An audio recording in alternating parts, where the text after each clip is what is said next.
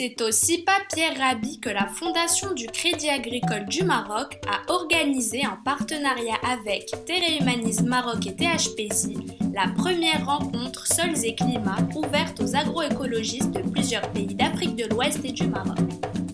Les formateurs africains ont échangé leur savoir et savoir-faire sur la fertilité des sols. Donc, tout ce que peut puiser la plante et qui est disponible, on peut dire que le sol il est fait.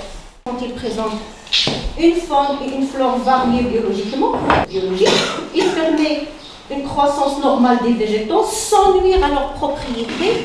Et il y a un mot qui paraît à la fin, il garantit la qualité des produits. Le compostage ou la technique du compost est une opération qui est simple. Elle nécessite un ensemble de bactéries, de champignons, d'insectes, de micro-organismes et d'organismes vivants qui collaborent pour nous donner un produit qui est bon à l'usage. Ces êtres vivants ont besoin d'eau et d'air pour maintenir leur vie. Leur avantage, c'est quoi? C'est qu'une fois qu'on les apporte au sol, ils permettent de donner au sol, comme on l'a dit, un milieu très favorable au développement racinaire de la plante. Une fermentation aérobie nécessite la présence d'oxygène. Lors du compostage, on veille à ce que les micro-organismes soient bien aérés pour un meilleur résultat. On l'appelle un compost thermique parce que sa température peut dépasser les 60 degrés Celsius. Voilà le secret du compostage. Quand la température s'élève, elle tue l'ensemble des éléments qui nuisent à l'agriculture et le sol, ainsi que les graines qui sont dans la paille ou dans le fumier. On a besoin de toutes les matières organiques. Il s'agit de tout ce qui se décompose avec l'humidité. Tout ce qui est sec et riche en carbone. La paille, les brindilles, l'herbe sèche, etc. Leur niveau en carbone est élevé.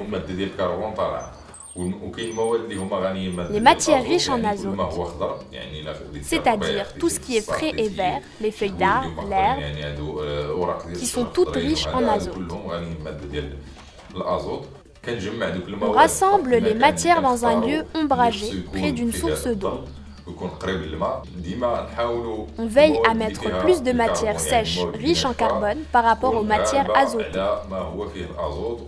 fraîches ou sous forme de fumée. Il y a d'autres matières avec les coquilles d'œufs qui sont riches en calcium. Les os de poulet et les restes de poisson sont riches en phosphore. À la fin de cette opération, on forme un tas d'1 mètre cube minimum, là où s'applique l'entretien, qui est le suivi du tas de compost. Ce processus, je dois le surveiller en continu. Il doit être assez humide. Je fais le test avec ma main pour voir s'il manque d'eau. Et bien évidemment, s'il en manque, je rajoute de l'eau. Et s'il y a trop d'eau, je l'aère. Il y a 4 piles. Il ne faut pas dépasser 0,80 mètres de hauteur pour faciliter le retournement.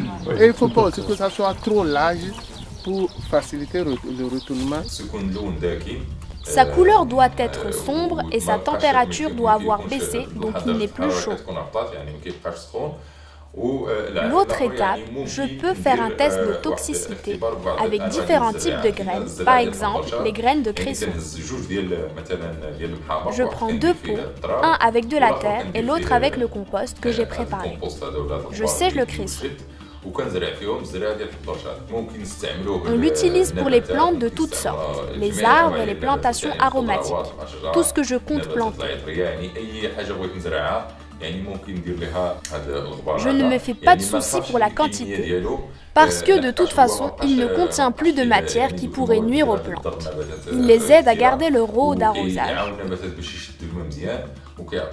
Il leur fournit l'humidité. C'est un bon support pour la croissance des plantes. On utilise ce qu'on a, c'est-à-dire les restes de nos légumes avec notre paille, notre fumier et les herbes de notre potager. Lui aussi, on le mélange avec. Et on l'utilise.